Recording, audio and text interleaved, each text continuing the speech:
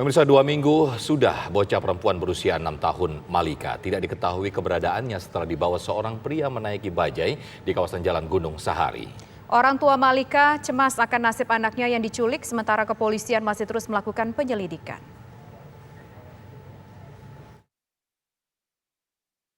Kamera CCTV ini merekam detik-detik aksi penculikan seorang bocah perempuan berusia 6 tahun oleh seorang pria di Jalan Gunung Sahari 7A, Kemayoran, Jakarta Pusat beberapa waktu lalu.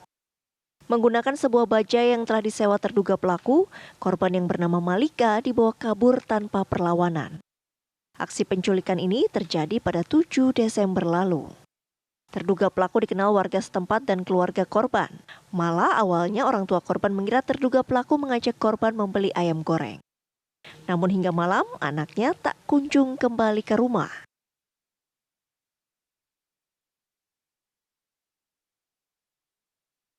Udah aku tanyain, udah aku selisirin. Nah, aku coba cari di Pangeran Jayakarta bareng sama suami. Nyari dari situ, sisiran situ di deket gerobak-gerobak, pinggiran kali, nggak ada juga. Aku pindah lagi ke Mangga 2, aku cari ke sana sini nggak ada juga. Terus aku pindah lagi ke Juanda, di Juanda nggak ada juga. Itu ngubek om, aku tuh nyari muter sampai jam 4 subuh. Saya kepingin anak saya pulang. Walaupun apapun saya tetap mencari, dimanapun dia berada saya tetap mencari. Dengan apapun saya tetap mencari agar anak saya pulang. Berbekal rekaman kamera CCTV, orang tua korban pun telah melaporkan aksi penculikan tersebut ke polisi. Ibu korban telah menyebarkan sejumlah pamflet dan foto-foto anaknya ke sejumlah titik dengan harapan ada warga yang melihatnya. Namun hingga 2 minggu setelah peristiwa penculikan, keberadaan Malika masih belum diketahui. Kepolisian masih melakukan pencarian dan memeriksa sejumlah saksi, termasuk sopir bajai. Dari keterangannya diketahui terduga pelaku dan korban turun di stasiun kota.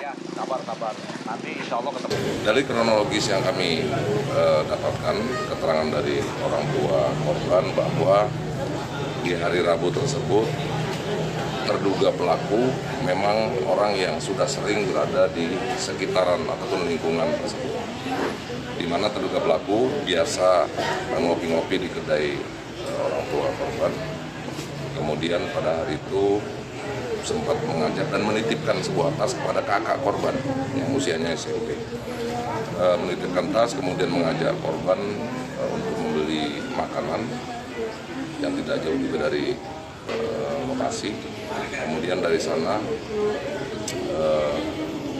terduga pelaku menyetop bajai dan pergi meninggalkan lokasi bersama dengan korban. Di tanggal 8 orang tua sempat mencari, namun baru di tanggal 9 melaporkan kepada kami kehilangan anak. Nah, dari sana kami melakukan berbagai upaya. Yang sudah kami temukan adalah pengendara bajai. Pengendara bajai sudah kami temukan dan menurut pengakuan kedua orang tersebut, terduga pelaku dan anak, diturunkan di lokasi dekat stasiun kota. Nah, ini yang terus kita lakukan upaya-upaya pencarian, mencoba mengumpulkan berbagai CCTV yang ada di sekitar ataupun di rute perjalanan mereka. Mudah-mudahan bisa ada sedikit titik terang, kita bisa mengarah. Kalau untuk ciri-ciri dari pelaku sendiri, kami mendapatkan gambaran kasar dari beberapa saksi. Keluarga berharap pihak kepolisian dapat segera menemukan Malika dan meringkus pelaku agar kekhawatiran mereka dapat segera terobati. Dari Jakarta, Yoga Kuspratomo, TV One mengabarkan. Ya, apakah saat ini sudah ada perkembangan terkini dari kasus penculikan anak di Gunung Sahari? Kita tanyakan langsung ke rekan Anggia Ebony yang saat ini berada di kediaman orang tua korban. Ebony, silakan. Ya, Sofian dan pemirsa, ini sudah hampir 2 pekan berselang, namun hingga saat ini masih belum ada berita baik mengenai keberadaan MA atau Malika. Tepatnya Rabu 9 Desember lalu, Malika dibawa kabur oleh seorang pemulung Awalnya diajak untuk membeli ayam goreng, namun ternyata setelah itu ia dilarikan ataupun dibawa menggunakan sebuah bajai yang melintas. Nah, saya mau ajak Anda, Sofian dan pemirsa, untuk memperbarui informasi mengenai proses pencarian terhadap korban. Ini saya saat ini mengabarkan langsung dari kios milik orang tua korban di Jalan Gunung Sahari 7A, Jakarta Pusat. Saya mau langsung di sini ngobrol dengan orang tua Malika. Sudah ada Ibu Oni. Selamat sore, Ibu. Selamat sore. Dan Bapak Tunggal. Selamat sore. Bu Oni, Pak Tunggal, pertama kita mau update dulu informasi terakhir dari pihak kepolisian soal pencarian Malika seperti apa, Bu?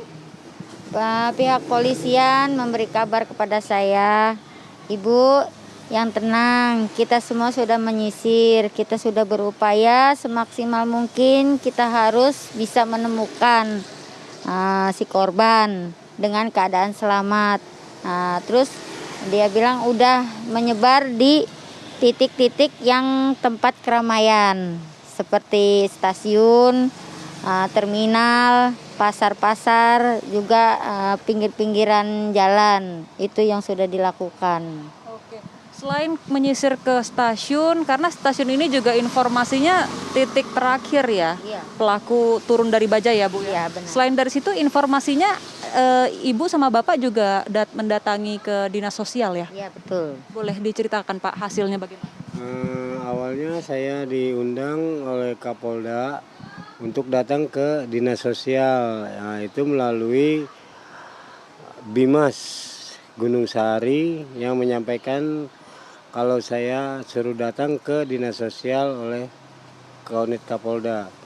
Nah, lanjut saya jalan dengan Bimas menuju Pospol. Nah, di sana sudah menunggu Grab untuk mengantar saya ke dinas sosial Kedoya. Nah, kalau di dinas seperti apa Pak pencariannya? Nah, saya nyampe sana disambut dengan oleh dinas baik, disambut dengan baik oleh unit Kapolda. Nah, laju saya diminta untuk melihat berkas-berkas yang masuk dari bulan-bulan kemarin sampai bulan sekarang ini. Gitu. Oh, jadi pihak dinas sosial ini juga mencari begitu Pak? Ya. Belum ada ketemu? Ya, setelah saya selidik-selidik, saya cari-cari, ternyata emang si pelaku itu belum masuk ke dinas sosial itu. Pelaku ini kan di informasinya seorang pemulung yang memang sering lewat daerah sini ya Pak? Ya, sering lewat sini. Boleh sedikit ya kita cerita lagi soal kejadian. Sebenarnya itu awalnya pelaku itu datang ke sini untuk apa Bu? Dia bilang sama anak saya itu dari Kemayoran menuju kemari, berbicara, katanya habis nganter anaknya di Kemayoran, di rumah bibinya gitu. Nah, saya mampir ke sini, nggak ada si emak, cuma ada si kakak. Terus nanya, "Kak, ada teh manis nggak?" gitu.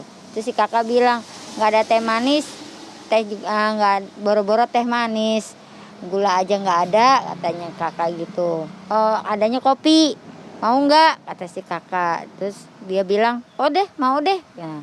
Terus bikinlah kopi. Sekalian bapak satu, terus adek-adek tuh bikinin susu. Dibikinlah, udah dibikin, melaju ke tempat kios bapak dagang ikan. Tapi sambil dia ngomong, "Kak, punya beras nggak? Punya nasi nggak?" Dia bilang itu. "Enggak, jangankan masak nasi, beras aja nggak punya," dia bilang itu. Nah, sampai akhirnya Malika, anak ibu ini bisa diajak untuk beli ayam goreng gimana? Nah, setelah selesai di sini tuh dia mesen ini, nyuruh itu, dia lari ke kios suami saya untuk beli ikan.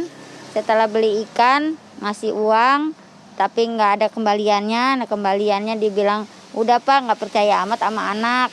"Oh iya Pak, saya titip tas sama ikannya, nanti sore saya balik lagi, saya mau beli ayam chicken," bilangnya seperti itu.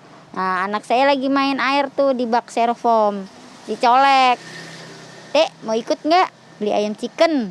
gitu. Karena si Malika emang kalau pergi dia sendiri selalu dilerai, makanya dia ngumpet, lari duluan. Nah, ngumpetlah di belakang akuarium. Setelah dia ngumpet di belakang akuarium, si pelaku jalan, nah si Malika itu ikut dari belakang. Ini artinya Dek Malika ini memang udah kenal sama pelaku gitu ya Bu? Iya. Emang sebelumnya sudah pernah ketemu dan pernah berinteraksi juga? Nah, dia emang beberapa kali sering ngajak jajan, tapi itu berdua sama adeknya. Jadi memang adik-adik di sini juga sering dijajanin gitu oleh pelaku? Benar. Mungkin Ibu sama Bapak ada informasi soal rumahnya pelaku atau nomor teleponnya gitu Bu? Nggak ada, itu gelap semuanya, nggak ada. Kita nggak ada titik terang dia tuh bertempat tinggal di mana, dia itu sering mangkalnya di mana, itu kita nggak tahu. Iya. Jadi mungkin Bapak juga nggak tahu gitu asalnya si orang ini apakah memang tinggal di Jakarta atau di mana Pak? Sepengakuan dia sih di sini pernah ngomong. Dia itu tinggal di belakang asrama Angkatan Darat. Setelah kejadian saya sisir daerah situ, ternyata emang kagak ada yang kenal. Oh, jadi Bapak udah sempat ngedatengin tempat yang dia bilang tempat tinggalnya gitu? Iya, seperti itu. Sebelumnya Pak, pelaku ini sudah berapa sering sih mampir ke sini? Ya kisaran 2-3 bulanan kemari lah teh. Dia sudah sering mampir kemari, itu pun nggak setiap hari. Informasinya seorang pemulung, apa dia bawa karung atau gimana Pak? Dia menggunakan gerobak sepeda. Iya. Nah, waktu hari kejadian itu Nggak bawa gerobak sepeda. Nggak bawa gerobak sepeda. nggak ada cerita apa-apa juga? Nggak ada. Nah, mungkin Bapak pernah ngobrol gitu ya, kedengar logatnya pelaku ini apakah dari daerah tertentu Pak? Kalau logatnya keseharian dia sering mampir kemari itu logatnya logat Jakarta. Iya. Nggak ada medok atau apa? Nggak ada ciri khas logat-logat daerah itu nggak ada. Nah, kalau selama ini kan pelaku ini sempat lewat, sempat mampir ke kios Bapak juga ya. Biasanya ngobrolin apa Pak? Ya paling kalau dia datang ke sini itu selalu ngobrolnya ya tentang masalah dia mulung atau tentang saya dagang, seperti itu aja. Ada mungkin ngobrolin anak Bapak gitu, kayak ngomentarin anak Bapak? Enggak. Paling dia menceritakan jati dirinya dia. Bu, Mak, kan manggil saya Mak. Mak, saya punya istri, punya anak 3, cewek semua, tapi istri saya sudah meninggal. Lah anak lu yang gede kemana? Anak saya yang gede ditaruh di kampung. Nah, yang 2 sama saya, yang nomor 2 sama saya. Nah, yang kecil sama bibinya, dia bilang gitu. Kampungnya di mana nggak cerita? Nggak cerita, nggak bilang. Terus saya juga nggak nanya, tuh, karena saya kan nggak mau bertanya-tanya lebih dalam lagi. Takutnya nanti kalau istilah saya bertanya-tanya nggak sopan gitu. Berarti sejauh ini perkembangan pihak kepolisian sudah menyisir ke tempat-tempat seperti stasiun, terminal gitu ya Bu? Iya benar. Oke, tiap hari ada komunikasi yang disampaikan oleh pihak kepolisian mungkin untuk update ke Ibu gitu, ngabarin Bu? Iya selalu. Dia itu selalu memberi perkembangan sekecil apapun, dia memberitahu saya melalui telepon. Oke, baik Ibu, kita boleh sambil liatin foto adik ya, Dek Malika ini pemirsa, mungkin bisa siapa tahu ada yang melihat begitu ya. Ini adalah Malika Anastasia, putri dari Ibu Oni dan Bapak Tunggal. Yang terakhir dilihat ini berarti di Jalan Gunung Sahari ya Pak. Dan informasi dari sopir bajai yang membawa Malika beserta pelaku, ini informasinya mereka turun di sekitar stasiun kota ya. Stasiun Kota Jakarta. Stasiun Kota Jakarta. Itu tadi Sofyan, Tisa dan pemirsa. Terima kasih Ibu, terima kasih Bapak. Kita tentu berharap cepat ada kabar baik mengenai keberadaan Malika. Malika bisa ditemukan dalam kondisi sehat dan selamat. Baik, amin. Itu tadi Sofyan, Tisa dan pemirsa, informasi terbaru dari Gunung Sahari, di mana informasi dari orang tua Malika atau korban. Pihak kepolisian terus mencari, informasinya sudah ada titik terang, namun kita masih sama-sama menunggu apakah itu bisa ditemukan di sekitar Jakarta atau di daerah lainnya, karena pihak kepolisian pun juga menyisir ke daerah seperti stasiun, kemudian terminal, dan bahkan juga sudah menghampiri dinas-dinas sosial setempat. Sementara demikian.